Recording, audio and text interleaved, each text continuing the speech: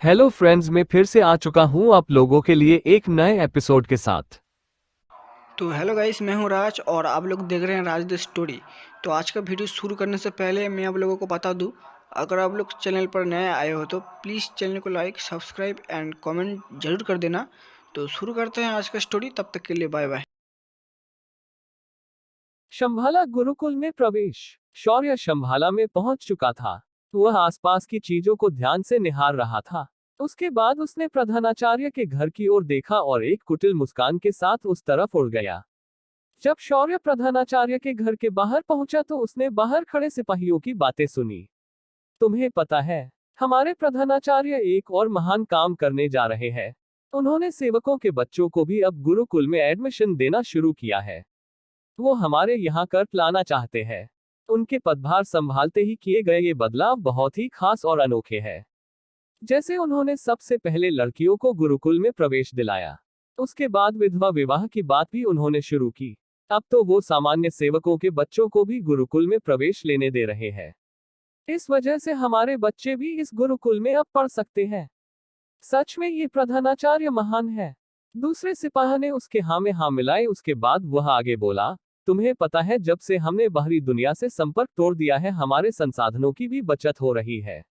अब हम हमारे उद्देश्य को प्राप्त करने के लिए पूरी तरह से तैयार है। सच में हमारे प्रधानाचार्य एक महान इंसान है। इनके लिए मैं अपनी जान भी दे सकता हूँ। दूसरा सिपाही भी उसकी हाँ में हाँ मिलते हुए बोला, अरे उनके आशीर्वाद से अब हमारे बच्चे भी साधक बनेंगे, ये कोई छोटी बात नहीं है। कल नए बच्चों को चुना जाएगा और इस बार उम्र की जो परिसीमा थी वो भी बढ़ा गई है। अब कोई भी 21 साल के नीचे वाला बच्चा गुरुकुल में प्रवेश के लिए उत्तीर्ण है। उनकी बातें सुनकर अचानक शौर्य सोच में पड़ गया। अगर उसने ऐसे ही जाकर प्रधानाचार्य को मार दिया तो लोग कल उसे भगवान बनकर पूजेंगे, जिस वजह से उसके काले कारनामे बाहर नहीं आएंगे। उसे खत्म करने के लिए शौर्य सबसे पहले लोगों का उसके ऊपर से विश्वास कम करना पड़ेगा। यही सोचकर शौर्य पीछे हट गया और वापस पहाड़ी के नीचे एक गांव में आ गया। यहाँ आते ही उसने अपने कपड़ों को यहाँ के लोगों के हिसाब से पहन लिया, जो उसके जादुई कपड़े के लिए एकदम आसान था। वह गांव के अंदर आया और बाहर के बहुत पर बैठ गया और उसने अपनी आंखें बंद कर ली। विद्यालय में प्रवेश परीक्षा के कारण आज गांव में कई नौजवान लड़के आए हुए थे, इस वजह से किसी को भी शौर्य के ऊपर शक नहीं हुआ। इधर प्रधानाचार्य अपने दो खास लोगों को खोने के बाद बौखलाया हुआ था। उसने प्रवेश द्वार के बाहर सुरक्षा व्यवस्था कड़ी कर दी थी, पर उसे क्या पता कि उसका दुश्मन पहले ही शंभाला के अंदर आ चुका है, वो भी उसके आदमियों के नाक के नीचे से। सुबह ठीक 6 बजे गुरुकुल के बाहर का बड़ा घंटा बज उठा। उसके बाद सभी को एक आवाज सुनाई दी, सभी परीक्षार्थी तुरंत गुरुकुल के प्रांगण में एकत्रित हो जाए। चुनाव जांच की पहली परीक्षा शुरू होने वाली है। ये सुनकर शौर्य ने अपनी आंखें खोली और उठकर खड़े होते हुए उसने अगड़े ले ली। उसने अपने आसपास कई लड़कों को गुरुकुल के प्रांगण में जाते हुए देखा। शौर्य भी उनके पीछे चला गया। जब सभी लोग प्रांगण में पहुंचे तो उसने देखा कि वहां लड़कों की असली उम्र तय करने के लिए एक खास पत्थर रखा गया है। ये पत्थर आधुनिक विज्ञान और प्राचीन विज्ञान का एक मिला जुला संगम था। वहीं पास ही एक कंप्यूटर स्क्रीन लगी हुई थी, जिसके ऊपर परीक्षार्थियों की असली उम्र नजर आने वाली थी। इसे देख कुछ बच्चों को पसीना छूटने लगा। अगर उनकी उम्र 21 वर्ष से 1 घंटा भी ज्यादा हो तो वो लोग रिजेक्ट हो जाएंगे, ये बात अब तय थी। वहां खड़े गुरुकुल के वरिष्ठ विद्यार्थी परीक्षार्थियों की जांच करने लगे। एक एक करके लड़के और लड़कियां आगे बढ़कर उस पत्थर पर हाथ रखते और आगे निकल जाते। उनके हाथ रखते ही स्क्रीन पर तुरंत उनकी असली उम्र दिखाई देती थी। कुछ ही देर में शौर्य की भी बारी आई। शौर्य ने पत्थर के ऊपर अपना हाथ रखा तो उसे अपने शरीर में एक चुंबकीय खिंचाव महसूस हुआ और अगले ही पल डिंग की आवाज के साथ उसकी उम्र सिर पर दिखने लगी, 20 वर्ष 6 महीने 4 दिन। शौर्य ने अपनी सांस छोड़ी और आगे निकल गया। जब वह उस पास हुए लड़कों के भीड़ में पहुंच गया तो उसने दो लड़कियां और एक लड़के को देखा जिन्होंने काफी अच्छे कपड़े पहने थे। उन्हें देखकर शौर्य साफ साफ बता सकता था कि वे लोग बड़े घर के बच्चे हैं। वो लड़कियों दिखने में काफी सुंदर थी पर अद्विका जितनी नहीं थी। तो शौर्य ने उन्हें नजरअंदाज किया और बगल में जाकर खड़ा हो गया। शौर्य का ऐसा बर्ताव उस लड़के को अच्छा नहीं लगा और वह शौर्य को देखकर बोला, तुम्हें दिखाई नहीं दे रहा, मुस्कान और निकिता यहाँ खड़ी है। तुम्हें उनके सामने झुककर नमस्कार करना चाहिए।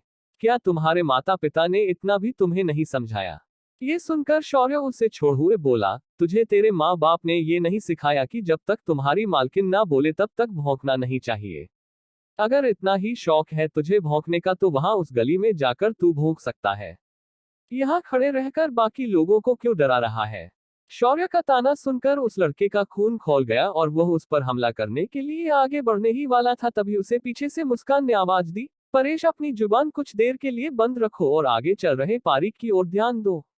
उसके ऐसा कहते ही वह लड़का अपने कदम रोककर वापस अपनी जगह पर जाने वाला था, पर शौर्य कहाँ चुप बैठने वाला था। उसने फिर एक बार ताना मारते हुए कहा, जा जा कुत्ते, तेरी मालकिन तुझे वापस बुला रही है। अच्छा है कि तू उसकी बात मानकर वापस जा रहा है, वरना मैं तेरा मुंह तोड़ देता। शौर्य के इस उनकावे के कारण वह लड़का अब अपना आपा खो चुका था। अब तो मुस्कान को भी शौर्य पर गुस्सा आने लगा था। तभी परेश दौड़कर शौर्य के ऊपर झपट गया, लेकिन शौर्य अपनी जगह से तुरंत हट गया और परेश का वार खाली गया। तभी शौर्य चिल्लाकर बोला, क्या गुरुकुल में ये अमीर घर के बच्चे ऐसे ही गरीबों पर हमले करेंगे और तुम्हारे प्रधानाचार्य इसे होने देंगे? तो मुझे नहीं लगता कि उनके सुधार असल में कारगर है। ये तो ऐसी बात हुई, बड़ा घर और खाली मकान। ये सुनकर वहां मौजूद वरिष्ठ छात्रों ने शौर्य को देखा और उसके बाद उन्होंने परेश को देखा। उन वरिष्ठ छात्रों में से एक लड़का आगे आया और उसने परेश को एक थप्पड़ कसके लगा दिया। परेश उड़ता हुआ ग्राउंड के बाहर चला गया। उसके बाद उस वरिष्ठ शिष्य ने सभी को देखकर कहा, अपनी अमीरी और गरीबी घर पर रखकर आया करो। यहाँ पर अगर किसी ने ऐसा करने की कोशिश की तो उसके हाथ पैर तोड़कर गले में टांग दिए जाएंगे। शौर्य ने ये देखा तो उसने तुरंत नाटक करते हुए अपने हाथ जोड़कर उस लड़के का धन्यवाद किया। वह लड़का पीछे मुड़ के अपनी जगह पर चल गया। जैसे ही परेश को बाहर फेंका गया, सारे बड़े परिवार के बच्चे सहम गए और अपने चमचों को वार्निंग देने लगे। मुस्कान और निकिता का मुंह बन गया था। वो दोनों गुस्से से शौर्य को घूरने लगी। उनके ऐसा करने से शौर्य ने उन्हें देखकर एकदम स्टाइल से अपने बीच की उंगली उन्हें दिखाई, जिसे देख दोनों लड़कियों का मुंह खुला का खुला रह गया। इधर शौर्य अपने अगले राउंड का इंतजार कर रहा था। अगला राउंड पहाड़ पर चढ़ने का था और ये रास्ता सीढ़ियों से बनाया गया था, मगर इसमें एक खास बात थी। इन सीढ़ियों पर जैसे जैसे ऊंचाई पर जय जाता था, वैसे वैसे चढ़ने वाले बच्चों पर आध्यात्मिक दबाव बढ़ने लगता था और उन्हें अलग अलग छलावे दिखाई देने लगते थे। इस परीक्षा में सिर्फ प्रखर इच्छा शक्ति वाले बच्चे ही टिक पाते थे। जब पहला राउंड खत्म हुआ तो दूसरा राउंड शुरू कर दिया गया। सभी चुने हुए परीक्षार्थी उन सीढ़ियों पर चढ़ना शुरू कर देते हैं। जिन बच्चों में प्रखर इच्छा शक्ति का अभाव था वो पहले 10 सीढ़ी में ही बाहर हो गए। इधर शौर्य पर इस दबाव का कोई असर नहीं हो रहा था। वो आराम से सीढ़ियों को चढ़े जा रहा था जैसे वो बगीचे में टहल रहा हो। शौर्य का ये बिंदास रवैया वहां मौजूद आचार्यों को बहुत पसंद आने लगा था। कई आचार्यों ने तो उसे अपना शिष्य बनाने की पूरी तैयारी कर ली थी। लेकिन कुछ ऐसे अकल के अंधे भी होते हैं जो ऐसी प्रतिभा को चीटिंग समझते हैं। एक आचार्य जिसका नाम प्रभुनाथ था, वह बोला, इस बच्चे के पास ऐसी कोई चीज होगी जो उसके ऊपर पड़ने वाले दबाव का असर नष्ट कर रही है, इसीलिए वो इतनी आसानी से ये सब कर रहा है। जल्दी से कुछ वरिष्ठ छात्रों को भेजकर उसे गिरफ्तार करो। ये सुनकर कुछ आचार्यों ने उसके हाँ में हाँ मिलाए और कुछ वरिष्ठ छात्र शौर्य के सामने आए और उन्होंने शौर्य को बाहर निकालने के लिए कहा। इस बात पर शौर्य ने उनसे कारण पूछा तो उन्होंने कारण बताने से मना कर दिया। शौर्य को ये अच्छा नहीं लगा और वह फिर एक बार जोर से चिल्लाया, प्रधानाचार्य के होते हुए इस परीक्षा में मेरे साथ अन्याय हो रहा है। ये लोग मुझे बिना कारण के बाहर निकलना चाहते हैं। इससे यही साबित होता है कि ये प्रधानाचार्य झूठा है। ये इस परीक्षा के माध्यम से अच्छे प्रतिभा वाले सेवकों के बच्चों को जानबूझकर बाहर निकाल रहा है। शौर्य ने ये बात बहुत जोर से चिल्लाकर कही थी, जिस वजह से ये बात सभी परीक्षार्थियों ने साफ साफ सुनी थी। इस वजह से सभी सेवकों के बच्चों में निराशा का माहौल बन गया। इस बात को संभाल के लिए प्रभुनाथ आगे आया और बोला, नहीं, ऐसा कुछ नहीं है। मुझे शक है कि ये लड़का किसी वस्तु के सहायता से सीढ़ियों पर बनने वाले प्रेशर को हटा रहा है, इसीलिए उसकी जांच करने के लिए हमने उसे हिरासत में लेने की सोच था। तभी शौर्य ने उसे देखकर कहा, अगर ये बात है तो इन गूंगे लोगों को कहकर भेज देते। अगर ऐसी बात थी, मैं अपने कपड़े उतार कर दिखा देता। ऐसी हरकत करने की क्या जरूरत थी? तुम्हें देखकर मुझे शक हो रहा है कि असल में कोई आचार्य हो भी या उन अमीर लोगों के कोई एजेंट जो जानबूझकर इस परीक्षा में खलल डाल रहे हो। शौर्य की ये बात प्रभुनाथ को बहुत चुभी पर वह कुछ नहीं बोल पाया। तभी एक आचार्य आगे आकर बोला, अगर आचार्य कह रहे हैं कि तुम्हारे पास कोई ऐसी वस्तु है तो तुम हमें दिखा क्यों नहीं देते कि तुम्हारे पास ऐसा कुछ नहीं है। ये सुनकर शौर्य बड़ी बेशर्म के साथ अपने कपड़े उतार दिए और सिर्फ अपने लंगोट पर खड़ा हो गया। उसकी इतनी वेश देखकर वहां आई सारी लड़कियां शर्मा गई, पर अपने उंगलियों की दरारों से वो सब शौर्य के कसे हुए बदन को देख रही थी। शौर्य का बदन किसी सुपर मॉडल या प्रैक्टिस करने वाले योद्धा से कम नहीं था। शौर्य ने अपने कपड़े उतारकर बॉडी दिखाते हुए कुछ अजीब अजीब पोज भी किए। उसके बाद वह ऐसे ही आराम से चलते हुए उन सीढ़ियों को चढ़ने लगा। शौर्य का ऐसा बेबाक अंदाज सभी को हैरान कर देता है। शौर्य ऐसे ही चढ़ते चढ़ते सीढ़ियों के टॉप पर पहुंच जाता है। उसके बाद वह अपने कपड़े दोबारा पहन लेता है। शौर्य इस राउंड में सबसे पहला परीक्षार्थी था जो सफल हो गया था। उसके बाद वह वहीं पर पलटी मार के बैठ जाता है और बाकी परीक्षार्थियों का इंतजार करने लगता है। शौर्य ने ऐसा करके सभी के सामने खुद की काबिलियत साबित कर दी थी और साथ ही उन आचार्यों के मुंह पे थप्पड़ जड़ दिया था जो उस पर चीटिंग करने का आरोप लगा रहे थे। 2 घंटों बाद एक परीक्षार्थी जैसे तैसे उन सीढ़ी को पार करने में कामयाब हो जाता है।